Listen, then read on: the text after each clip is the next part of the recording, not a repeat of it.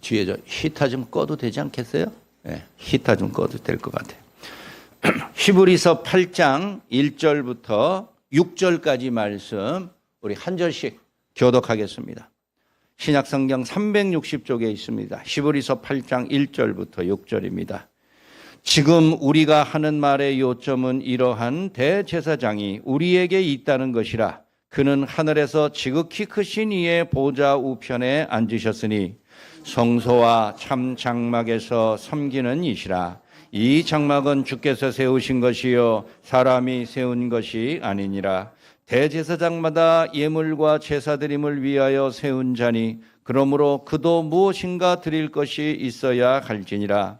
예수께서 만일 땅에 계셨더라면 예수님이 되지 아니하셨을 것이니 이는 율법을 따라 예물을 드리는 제사장이 있음이라. 그들이 섬기는 것은 하늘에 있는 것의 모형과 그림자라. 모세가 장막을 지으려 할 때에 지시하심을 얻음과 같으니 이르시되 산과 모든 것을 산에서 내게 보이던 본을 따라 지으라 하셨느니라. 그러나 이제 그는 더 아름다운 직분을 얻으셨으니 그는 더 좋은 약속으로 세우신 더 좋은 언약의 중보자시라. 아멘. 루체 찬양대 나오셔서 찬양 드리겠습니다.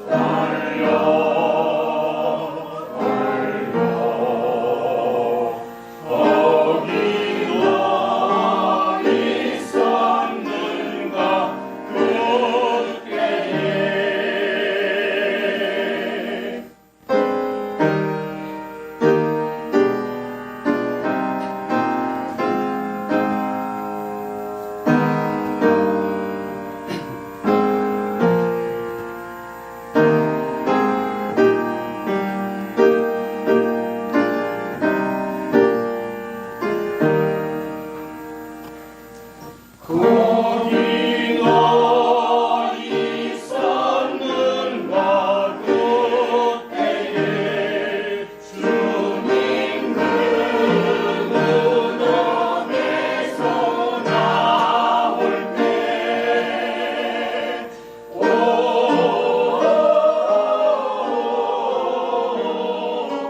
때로 그 일로 주께 영광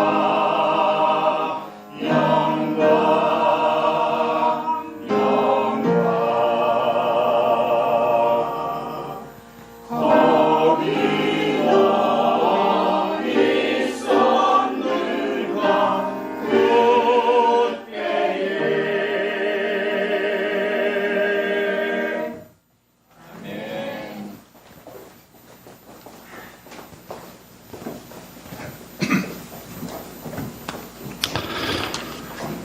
인간 산업 사회가 발달하면서 수많은 종류의 이 중매인, 중개인 이런 사람들이 생겼어요.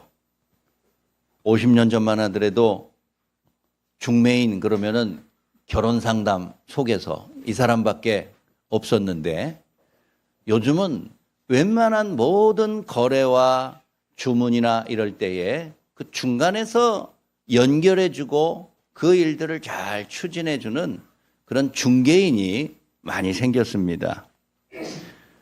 우리 실제 생활에서 우리가 잘 알지 못하지만 우리가 행하는 많은 일들이 거의 대부분 중간에 그 일들을 추진하는 중매인, 중개인 뭐 이런 사람들이 있습니다.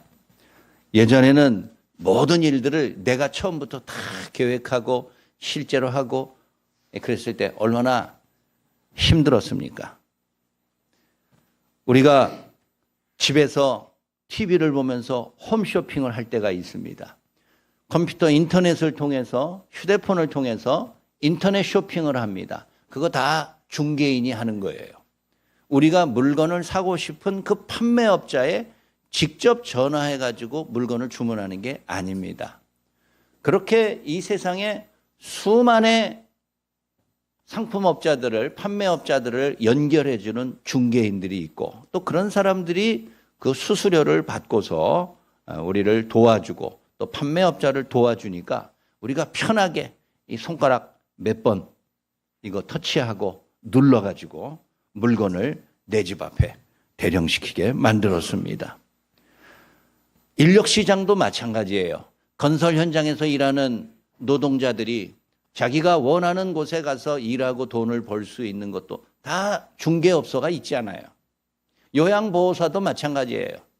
자기가 필요로 하는 환자들을 찾으려면 찾을 방법이 거의 없어요. 그 반대의 경우도 마찬가지예요. 그럴 때 중개업소가 있어서 사람과 수요와 공급을 서로 연결해주는 그런 역할을 하고 있습니다. 우리가 여행을 가더라도 하다못해 제주도에 여행을 가더라도 다 중개업소 여행업계가 있어요. 항공편을 예매하고 또 호텔을 예매하고 또 뭐죠? 렌트카, 차량을 빌리고 이런 것들을 우리가 다 현지에 가가지고 직접 둘러보고서 계약을 한다면 여행하기도 전에 다 지쳐버리고 말 것이에요.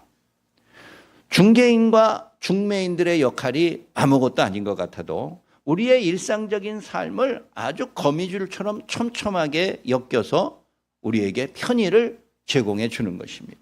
물론 공짜로 하는 것은 아니지만 말이죠. 우리가 중개인과 중매인을 한번 잘못 만나면 사기를 당합니다.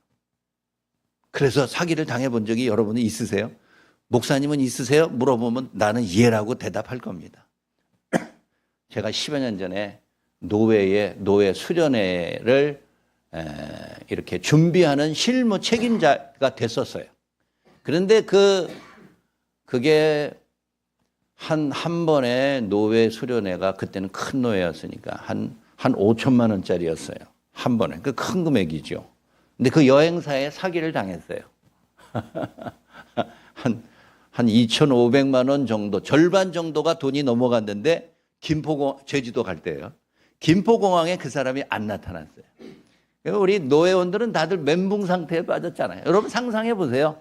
거기에 공항에 100명 나와서 기다리고 있는데 안 나타나는 거예요. 이 여행사 사장이. 나하고 같이 일하는 어떤 목사님은 화장실로 도망가서 숨어가지고 못 나오고 있어요. 나도 얼굴이 하얗게 질려서 아무 생각이 없었어요. 그래도 억지로 해가지고 갔어요. 갔다 온 다음에 그 여행사를 찾아갔더니 문 닫고 도망갔지요. 네. 아, 정말 싼 게 비지떡이라니. 너무 싼 것만 찾다가 내가 인생에 그런 저기를. 그래서 회의한 결과 이 사람 고소해야 된다는 거예요. 그런데 그 책임자가 나니까 내 이름으로 고소를 한 거예요. 내가 태어나서 처음으로 내 이름으로 남을 또 고소를 또 했지요. 야, 참 할 짓이 못됐더군요. 그러나 가만히 있으면 안 되겠어요. 그래서 또 이렇게 또 연주를 동원해가지고 경찰청까지 찾아가서 경찰청의 넘버 4, 소열이 4위인 그 고위층을 찾아가서 하소연을 했더니 한참 우리 말을 듣더니 아, 참 안 되셨군요. 목사님, 이건 내가 하는 게 아니고 내 부하, 비서, 경찰관, 이 사람도 고위, 이 사람을 불러더니 이 사람들 모시고 가서 얘기 들어서 해결해 줄 수 있으면 도와주시오. 그래 가서 나갔더니 그 비서인 사람이 나한테 말해요. 얼마 손해를 보셨습니까? 아, 2,500만이요. 했더니 헐 그러더라고. 여기는 억 단위 아니면은 취급을 안 한다는 거야. 2,500만 원 그거 그냥 알아서 잘 해보시라고. 경찰 인력이 그렇게 뭐 전국에서 수십억 저기 막 사기당해가지고 오는 사람들이 하루에도 수백인데 그걸 쫓아다닐 수사할 여력이 없다고. 그냥 수배자 명단에 올려놓을 테니까 어쩌다가 운이 좋으면 붙잡힐 것이고 못 잡으면 할 수 없는 거예요. 세상이 그런 겁니다, 목사님들. 그래서 내가 그냥 나왔죠. 그런데 2달 후에 기적적으로 잡혔어요, 그놈이. 네. 음주운전 단속하다가 그 수배자 명단에 자기 이름이 올라간 줄 꿈에도 모르고 신분증 내밀었다가 바로 현장에서 체포됐어요. 그러나 뭐 돈을 돌려받을 길이 요원하잖아요. 그래도 참 하나님의 은혜로 그 여행사가 그 강제로 자기들이 가입하는 그 보험이 있었어요. 그 보험금을 우리가 탔어요. 그래서 2,500만 원 중에서 2,000만 원을 돌려받았어요. 500만 원은 손해봤어요. 그래서 몇 사람들이 나눠서 제가 100만 원 물어내고 누가 이렇게 임원들이 이렇게 100만 원씩 내가지고 500만 원은 채워놓고 이야. 그 다음에 얼마 안 있다가 검찰청에서 편지가 날라오는데 아무개가 재판에서 2년형을 받았다. 예. 아니 그 전에 나한테 나오겠냐는 거예요. 그 재판하는 데에서 안 나간다고. 그 사람 얼굴 보기도 싫다고. 어떤 중개인을 만나면 편해요. 대규모 단체 여행이나 그걸 내가 어떻게 혼자 다 합니까? 몇 사람이 할 수 없어요. 그건 전문업자에게 맡기는 거예요. 또 내가 혼자 가더라도 외국에 이 나라 갔다 저 나라 갔다 그건 나 혼자 할 수 없어요. 내가 답사갈 수도 없는 거고. 그런 것들은 여행업자라는 중개인이 나서서 그런 일들을 잘 이렇게 협의하고 편리하게 준비를 해 주어야 됩니다. 여러분, 우리가 인생 최고의 계약을 앞두고 있다면 여러분 어떻게 하시겠어요? 그것은 최고 전문가 중개인을 고용해야 되는 거예요. 우리가 행할 수 없는 엄청난 일이라면은 특히 그래야 됩니다. 그 일에 정통하고 가장 중요한 것은 믿을 수 있는 중개인이 되어야 되겠지요. 오늘 언약이라는 주제를 가지고 9번째 설교를 합니다. 오늘 제목은 언약의 중개인, 언약의 중보자입니다. 오늘 성경 6절에 나와 있는 거 그대로예요. 중보자는 중개인이라는 뜻이에요. 중매인이라는 뜻이에요. 중간에 양측을 잘 연결하여서 계약이 성사돼서 양쪽이 다 만족할 만한 일을 행하는 거. 그게 중개인과 중매인의 역할이죠. 중보자의 역할도 바로 그런 것입니다. 첫째, 옛 언약에도 중보자는 있었습니다. 예수 그리스도가 오기 이전에 맺어졌던 여러 종류의 언약들은 한마디로 옛 언약입니다. 옛날 언약이에요. 그리스도 전의 것들은 다 열이고 스물이고 하나고 옛 언약이에요. 아브라함과 맺은 언약, 노아와 맺은 언약, 아담과 맺은 언약, 또 뭐가 있죠? 모세와 맺은 언약, 그리고 다윗과 맺은 언약, 다 구약에 있었던 옛 언약들입니다. 옛 언약의 특징은 전부가 다 한시적이에요. 이때로부터 이때까지만 적용이 돼요. 그리고 완전하지 못한 불완전한 계약이에요. 시한이 정해져 있으니까 불완전한 약속일 수밖에 없고, 불완전하기 때문에 영구적이지 않고 시간을 딱 정해서 거기까지만 하기도 합니다. 그럼에도 그 언약들은 모두가 다 하나님이 주신 귀한 은혜였습니다. 비록 인간의 교만과 그리고 무지와 불순종 때문에 충분하지 못한 은혜를 누리지는 못했지만, 하나님은 옛 언약들을 통해서 인간들에게, 사랑하는 백성들에게, 자녀들에게 복과 은혜를 주셨습니다. 옛 언약이라고 해서 불완전하고 한시적이라고 해서 막대했다는 것은 아닙니다. 그냥 있는 듯 없는 듯 우리가 쉽게 무시했던 것은 아닙니다. 그 언약을 통해서 우리는 하나님으로부터 죄 용서함의 은혜를 받았고, 하나님의 뜻이 무엇인지를 발견하였고, 우리가 또한 그분에게 우리의 죄를 용서하고 구할 수 있는 기회도 얻었던 것입니다. 옛 언약은 좋은 것이에요. 필요한 것이었어요. 그런데 특별히 시내산에서 얻은 모세의 계약을 보면은 제사라는 제도를 하나님이 구체적으로 명하셨어요.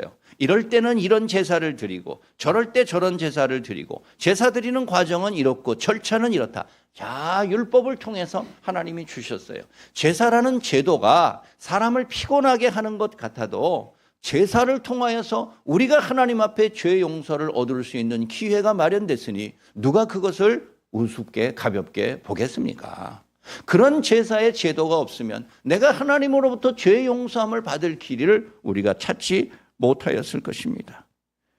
그렇지만 제사를 아무나 드릴 수 있었던 건 아닙니다. 내가 원하는 때 내가 하는 방식으로 제사를 멋대로 드릴 수는 아무런 효과가 없었습니다. 모든 제사에는 제사장이 반드시 그것을 주관하게끔 율법에 규정이 되어 있습니다. 그 제사장이 뭐 하는 사람입니까? 네, 중매인이에요.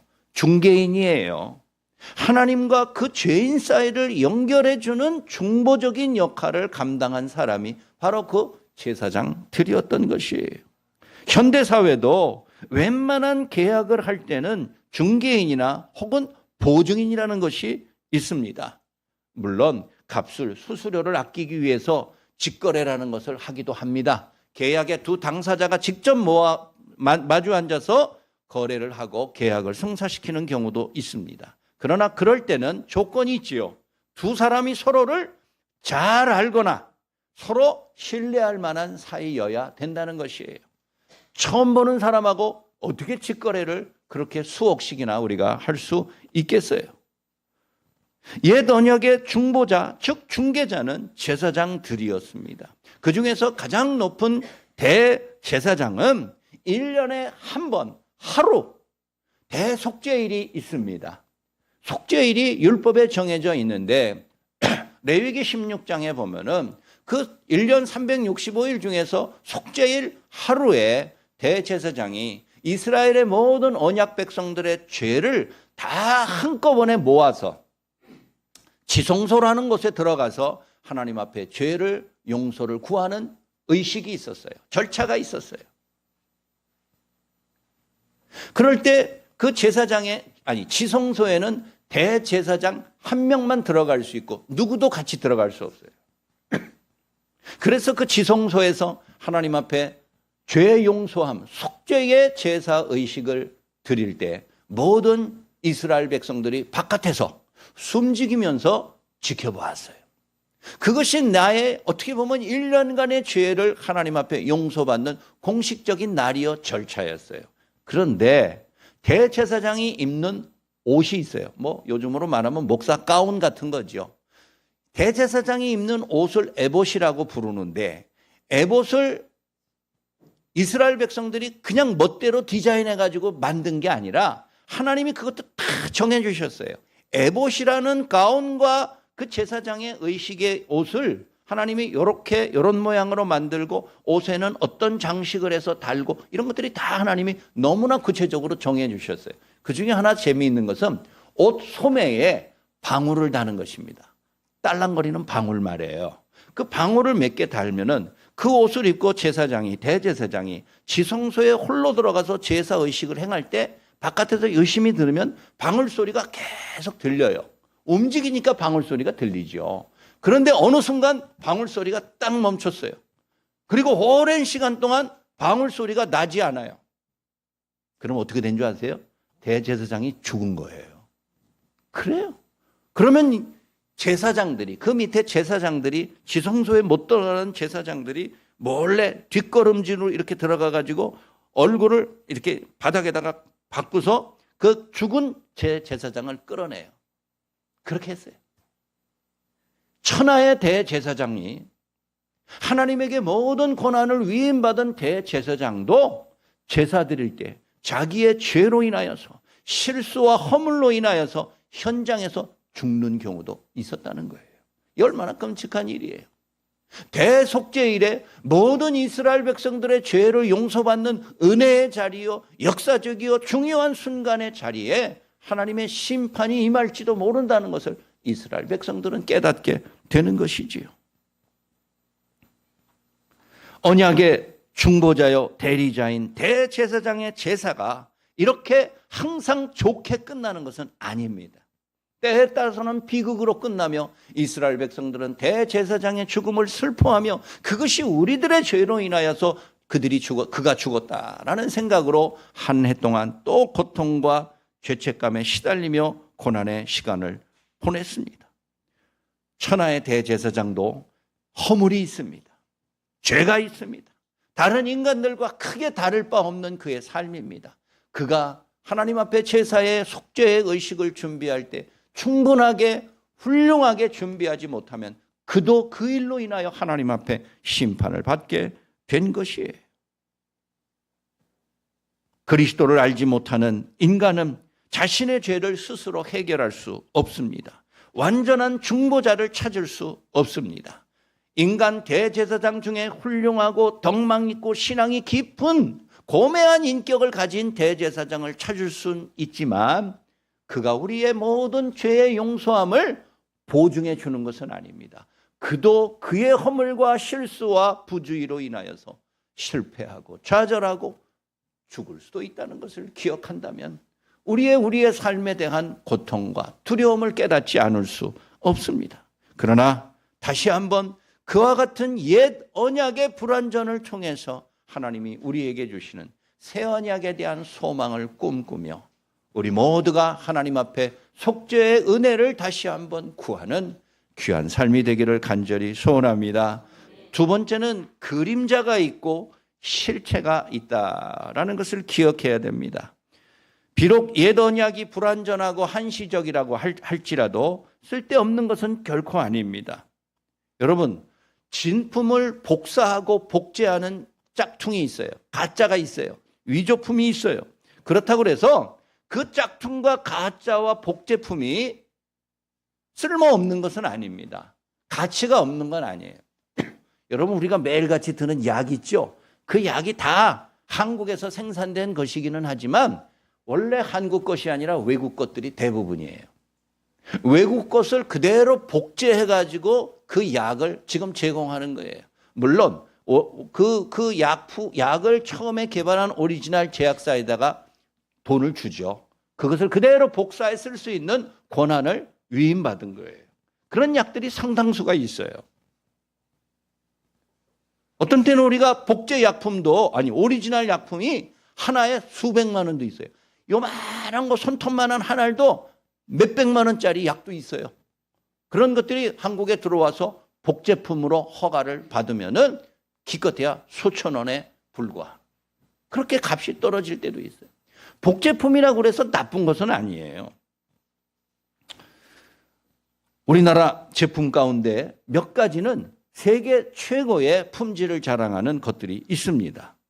요즘 같은 무한 경쟁 시대에 세계 최고의 품질과 가격을 자랑하는 것은 쉬운 일이 아닙니다. 오랜 세월에 걸쳐서 각고의 노력이 있었을 것이고 또 좋은 기술을 끊임없이 개발하고자 하는 노력이 있었어요. 옛날에 물건에 붙는 그 라벨 이런 거 보면은 메이드 인 코리아, 한국에서 만들었음, 그런 것들이 싸구려의 대명사일 때가 있었어요. 제가 미국에 처음 갔던 1997년만 하더라도 한국 자동차는 싸구려 자동차의 대명사였어요. 그랬어요. 그러나 20여 년이 지난 지금 이렇게 보면 메이드 인 코리아 한국 자동차가 미국에서 상당히 고품질로 인정받고 있어요. 우리도 부끄럽지만 1960, 70년대 우리 일제 제품 얼마나 많이 복사해다가 팔아먹었습니까? 청계천에 가면은 모든 물건들을 다 만들어 있어요. 내가 아는 사람의 삼촌이 청계천에서 물건 제조하는 가짜로 복사해서 만나는 제품인데 그분이 이렇게 말했다고 그래요. 핵무기도 만들 수 있다고. 단 원본을 가지고 와야 된대요. 그러면 그걸 보고 그대로 복사를 해서 만들 수 있다는 거예요. 그렇게 우리 어려웠던 시절에 선진국의 제품을 몰래 가져다가 똑같이 만들어서 값싸게 팔면서 우리 지금까지 여기에 온 겁니다. 그런 수많은 그 옛 좋은 것들을 잘 복제하고 복사하고 흉내내고 따라하고 이렇게 하면서부터 기술이 발전해서 우리 이제는 메이드 인 코리아 제품은 어디에 나가든지 메이드 인 차이나나 메이드 인 베트남 그거보다 0이 하나 더 붙어서 세계에서 팔리고 있습니다. 미국의 최대 가전 판매업체인 베스트바이라는 게 있어요. 우리나라 하이마트 이런 거하고 비슷한 거예요. 거기 가면은 정말 끝이 보이지 않을 정도로 넓은 매장에 가전제품의 모든 게 다 들어와 있어요. 제가 미국을 처음 갔을 때 그 문을 출입문에 들어가자마자 제일 전면에 소니 TV가 있었어요. 소니. TV 하면 소니였던 시절이에요. 제일 고가품으로 크게 팔리고 있고 나머지 저 끝에 가야지 겨우 삼성, LG, 뭐 대우 이런 제품들을 볼 수 있었어요. 그러나 제가 마지막 미국에 갔을 때 그 베스트바이를 제가 전자제품에 관심이 많으니까 들어가 보면 전면에 삼성 TV가 딱 있고 그 옆에 LG TV가 딱 쌍벽을 이루고 있고 소니는 그 뒷줄에 가 있어요. 그 얼마나 자부심이 커요. 내가 살 건 아니지만 저런 거 만드는 나라에서 내가 왔다. 그 속에 자부심이 있어요. 우리가 어떤 때는 좋은 제품을 처음부터 갖기를 원하지만 그렇게 하지 못할 형편일 때는 싼 것을 찾습니다. 그거와 비슷한 거, 심지어는 그거를 그대로 복제하려고 노력했던 것들을 우리 모두가 찾습니다. 그러나 그런 것들을 찾다 보면 역시 싼 것들은 한계가 있어요. 얼마 가지 않아서 고장이 나요. 그러면은 또 새로운 것을 살 때 조금 더 비싼 거를 사요. 좀 더 나은 거를 사요. 그 다음에는 어떻게 되는지 아십니까? 최고를 사야 되겠구나. 처음에 살 때 값은 비싸지만 그만큼 오랫동안 그렇게 품질이 유지될 수 있다는 희망을 갖고서 우리 모두가 알니까 그렇게 사는 것이지요.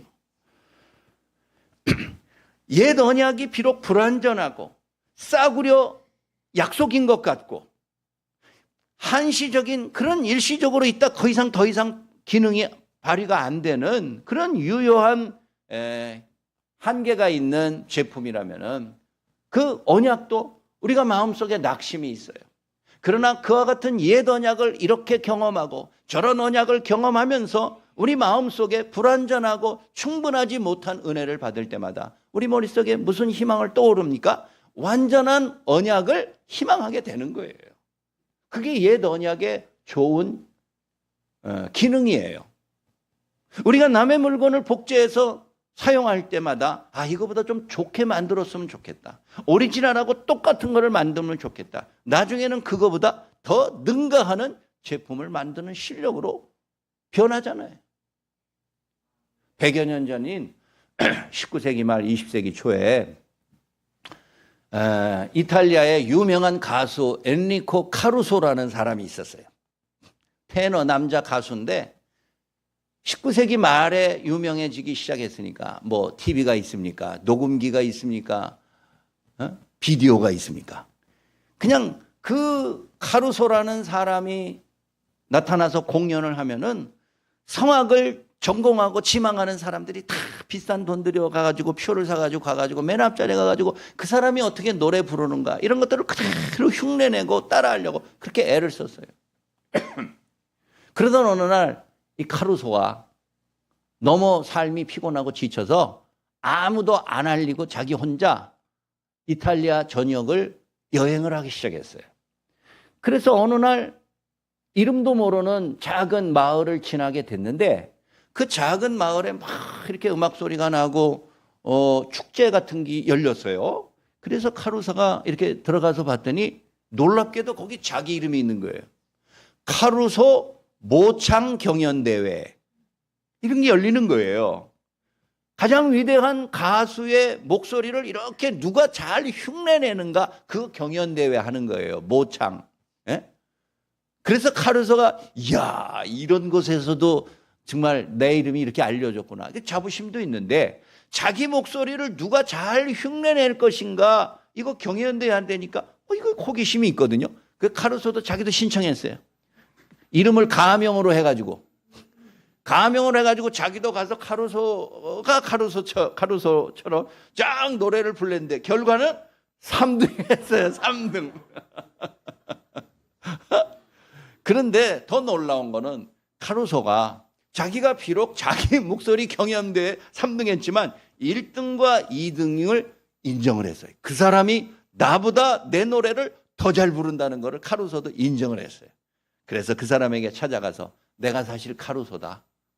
당신들이 나보다 내 노래를 더 잘 부르는 것을 인정한다. 그랬더니 이 두 사람이 믿지를 않는 거예요.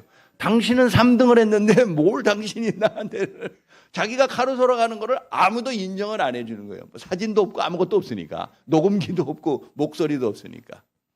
어떤 때는 무엇인가를 끊임없이 연습하고 따라하고 더 좋은 것을 희망할 때는 오리지널보다 더 좋은 것이 나올 수도 있는 것이지요.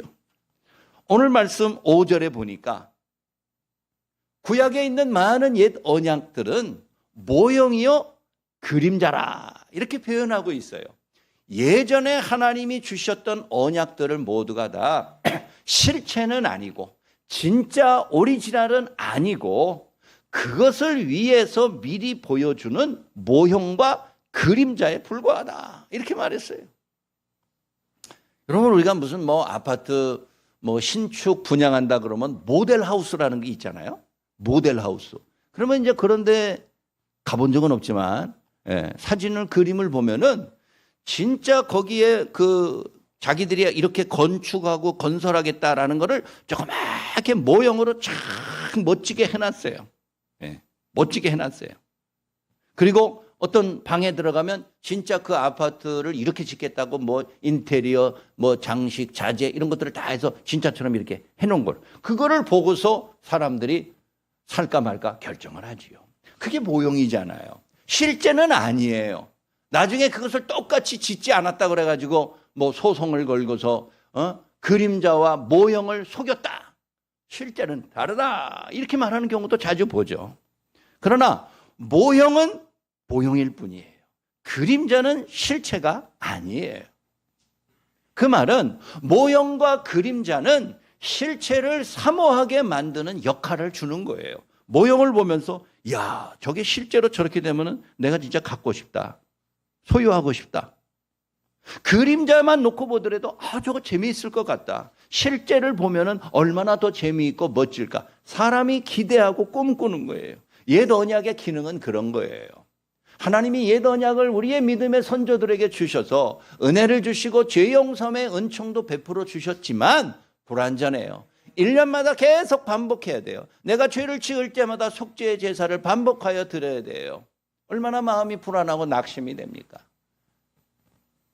우리가 무슨 바이러스 백신을 맞는 것도 한 방만 맞으면 평생토록 영원히 유효한 것을 우리 모두가 희망해요.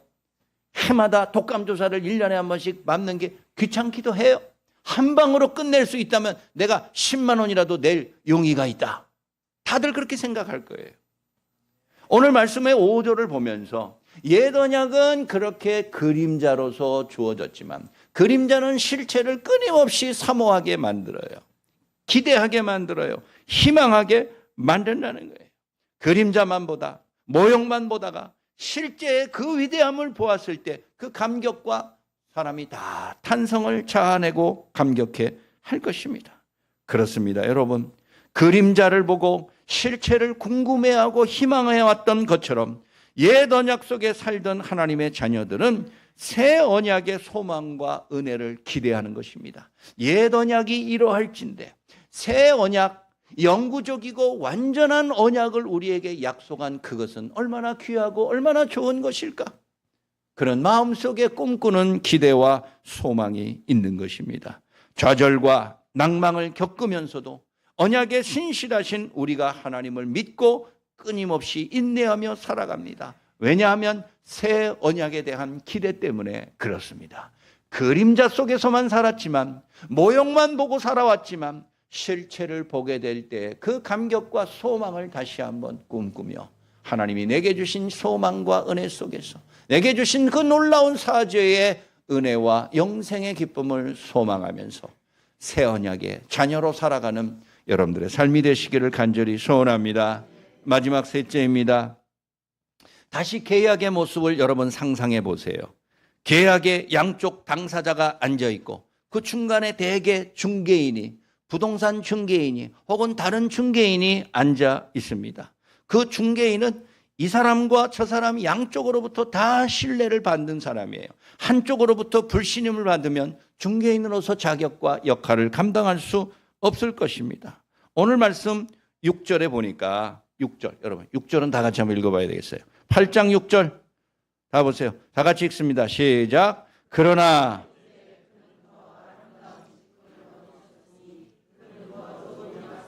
세우심 더 좋은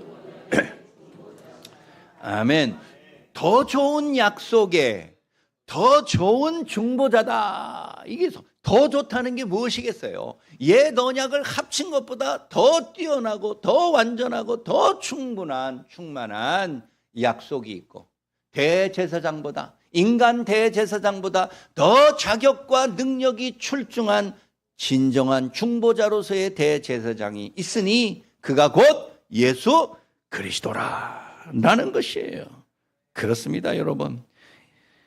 인간 대제사장이 할 수 없는 능력과 조건을 갖추시고 하나님으로부터 위임을 받아서 좋은 언약을 성사시키기 위하여 예수 그리스도는 이 땅에 오셔서 중보자로서 고난을 받으시고 십자가에 죽으신 것입니다.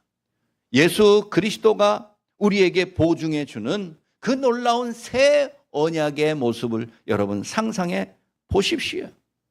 누가복음 22장 20절에 보면 예수님이 12제자를 불러놓고 마지막 만찬을 벌립니다. 최후의 만찬을 벌이면서 포도주 잔을 그들에게 하나씩 따로 주면서 이렇게 말씀하십니다. 이 잔은 내 피로 세우는 새 언약이니 곧 너희를 위하여 붓는 것이라. 우리 예수님이 붉은 포도주를 상징으로 보여주는 건 예수님이 십자가에서 곧 흘리실 붉은 피 보혈을 말하는 것입니다.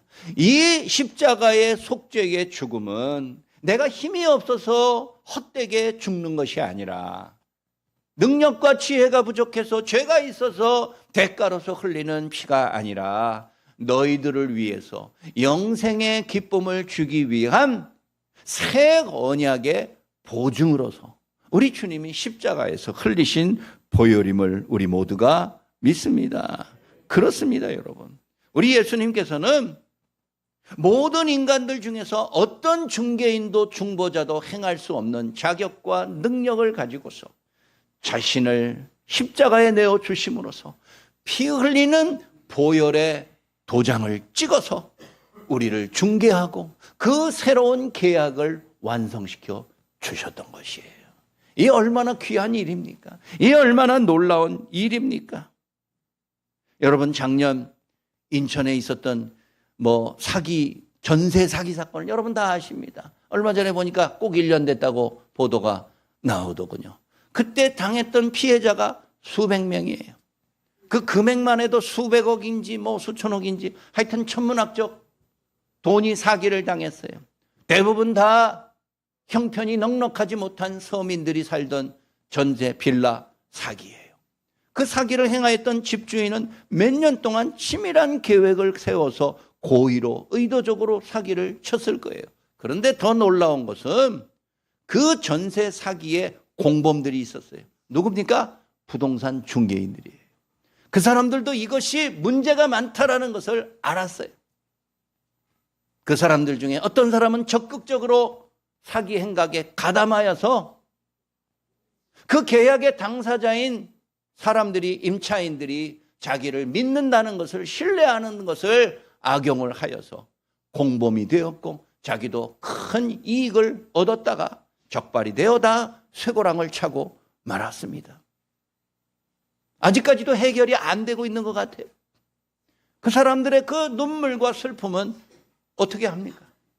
사람을 믿을 수밖에 없는 형편에 믿었다가 그렇게 됐어요. 계약의 당사자가 그렇게 흑심을 품고서 악의를 갖고서 자기에게 계약을 종용하고 속일 줄은 아무도 알지 못했어요. 그게 우리 인간의 삶이에요. 우리의 계약과 인간의 약속은 그렇게 허망하게 끝나고 고통과 괴로움으로 끝나는 경우들이 많아요. 그 계약서에도 다 중개인들이, 합법적으로 허가를 받은 중개인들이 다 자기들도 도장 찍었어요. 계약서에 보면 문제가 하나도 없어요. 다 도장 찍었어요. 그러나 다 가짜였으면 어떻게 할 거예요?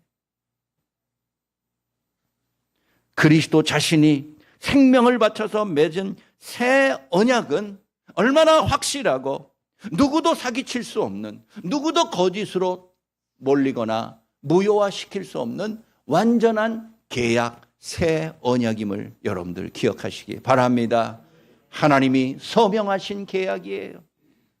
그리고 예수 그리스도가 자신의 피와 보혈로서 보증한다는 도장을 찍은 계약이 오늘 우리가 살아가는 그리스도를 통해서 얻게 되는 새로운 언약인 것입니다. 사랑하는 여러분, 우리 모두는 계약의 당사자로서 어떨 때는 우리 모두가 부족해요. 그 계약을 맺을 만한 조건이 충족되지 못한 우리가 대부분이에요. 그러나 괜찮습니다. 우리가 돈이 없어도, 많이 배우지 못했어도, 인간적으로 잘난 부분이 부족하여서 하나님과 감히 마주 앉아서 1대1로 계약할 수 없는 우리 자신이었다 할지라도 상관없습니다. 그리스도가 중보자가 되어서 자신의 생명을 들여서 새로운 약속을 우리에게 보증해 주셨으니 그 누구도 그것을 물릴 수 없고 무효화시킬 수 없는 소망인 것을 다시 한번 깨닫고, 오늘도 주님이 우리에게 위하여서 죽으시고 고난당하시는 이 새 언약의 감격과 소망으로 승리하시는 삶이 되시기를 간절히 소원합니다. 말씀을 마칩니다. 우리 이번 주 사순절 마지막 주간입니다. 이제 주님의 본격적인 고난이 시작되고 십자가의 죽음을 보게 될 것입니다. 그러나 그 십자가의 죽음과 희생은 옛날 사람들처럼 허무한 저주받은 인생의 마지막이 아닙니다. 모든 인간들을 새로운 약속으로 끌어들여서 은혜와 복을 주시려는 하나님의 놀라운 구원의 계획인 것이에요. 우리가 이와 같은 약속의 당사자이고 대상자인 것을 우리 모두가 다 기뻐하고 감격해야 합니다. 우리는 그럴 만한 자격이 없어요. 하나님 앞에 마주 앉아서 계약을 할 만한 자질을 갖추고 있지를 못합니다. 그러나 그리스도가 우리를 사랑하셔서 우리를 불러 앉히시고 자신의 목숨으로서 보증하는 도장을 찍고 약속을 하셨으니 새 언약 속에 살아가는 우리의 감격과 기쁨이 얼마나 큰 것인지를 다시 한번 깨닫고 은혜와 삶 속에서 기뻐하며 부활의 그 감격을 맞이하는 순간까지 승리하시는 여러분들의 삶이 되시기를 주의 이름으로 축원합니다. 자비하신 아버지 하나님, 은혜를 감사합니다.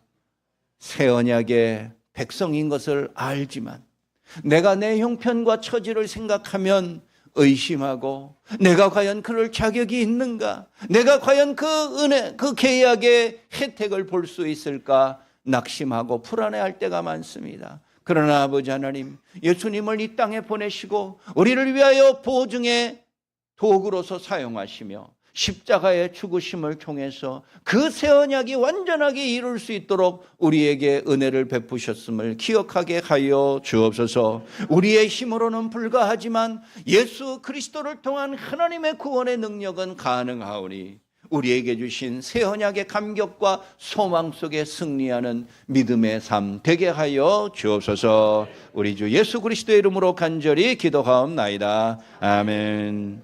우리 다 같이 일어나셔서 270장 찬송 부르겠습니다.